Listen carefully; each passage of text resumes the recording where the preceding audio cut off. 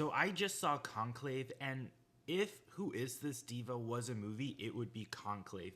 I'm not even joking. I had no idea what to expect going into this film. I knew that the basic premise was the Pope has died, and so now it falls onto the deacon, Ralph Fiennes, to kind of lead the process of electing a new Pope. That's kind of all I knew. I knew that it was like an awards film directed by Edward Berger, who directed All Quiet on the Western Front, that was nominated and won a bunch of Oscars a couple years ago.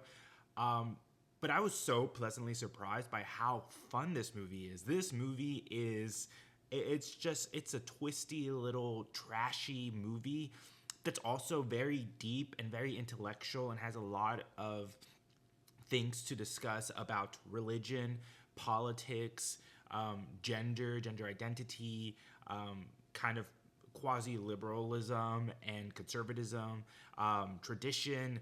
It's so amazing how many themes and topics this film touches upon, while in the setting of the Catholic Church, which, I mean, it's just such a juicy setting. But also all of these freaking cardinals they're just like the queenest of queens. Like, I would want to queen out with every single one of them. They are such catty bitches. Like, and I think that that's what makes this film so freaking enjoyable and so fun. But also, I just gotta say something about the performances. Ralph Fiennes does a great job. He really is the heart of this film. He is the eyes of this film.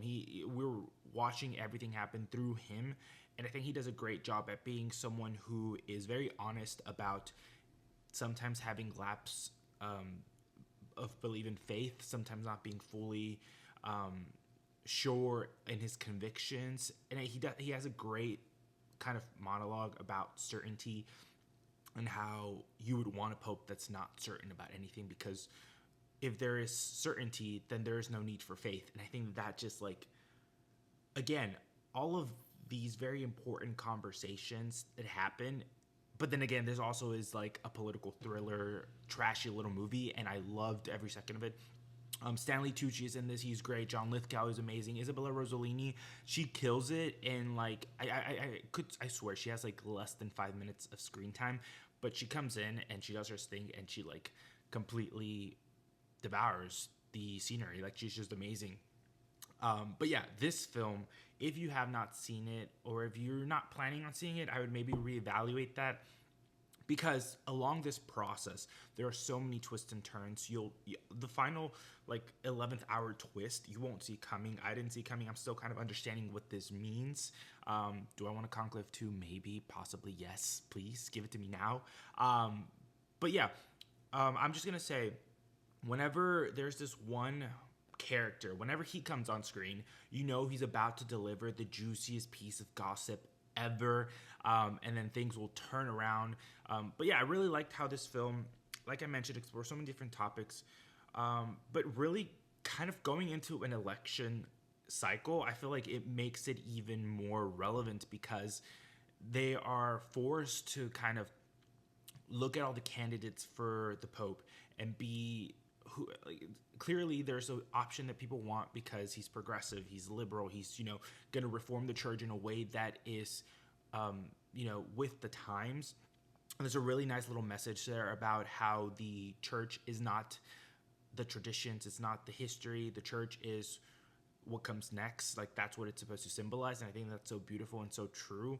But again, and then you have another faction who is like super conservative, wants to kind of return to its former glories, which, by the way, I don't think in general there's any way that you can go back to anything. Just generally, you always have to move forward. And I think people who think that things can go back to the way they were are just kind of deluding themselves in a little way. But anyway, so you have those two, and then you have a third one who's kind of in the middle of it. He's like still very much like on the conservative side, not a great choice. That's John Lithgow's character. But again, you have to be like, who's the least worst at some point. And then as the election, as the ballots go on and the cycles of voting go on, and you see the different power dynamics at play, and a lot of the candidates get kind of eliminated because new sources of information are revealed about them, even though they're supposed to be sequestered. You have so much information coming in of past indecencies, of, you know, just like so much drama, like more drama than you would find on Bravo. But again, I cannot recommend this movie enough. It is such a highbrow, trashy airport novel in a movie. And also, I feel like Edward Berger, he does a really great job balancing the tones because it doesn't feel like it ever goes back and forth in tones. It has a very consistent tone throughout the entire film, and it's such a unique tone. But I also think that visually, he did remind me a lot of like Kenneth Branagh, also a little bit tonally, like especially like Kenneth Branagh as of late, like definitely like the Hercule Poirot movies. It has that similar kind of vibe to it, but this is a little bit more high caliber, I would say. But again, I think there are clear inspirations from him as a director. I can't wait to see what comes next. I hope this film gets nominated for at least for a couple of the acting categories, like supporting actors. You got John Lithgow, Stanley Tucci, so many other amazing actors. You got Ralph Fiennes, you got Isabella Rossellini. Like I'm hoping that they find a space in the award season because again, I love this film so much. And it is fitting that I am filming this and posting this on a Sunday. So if you have not seen Conclave, I'd highly recommend it.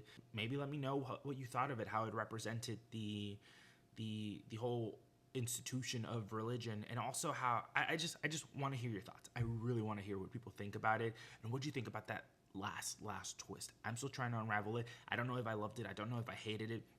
I don't know where it stands in my mind. So would love to talk about it.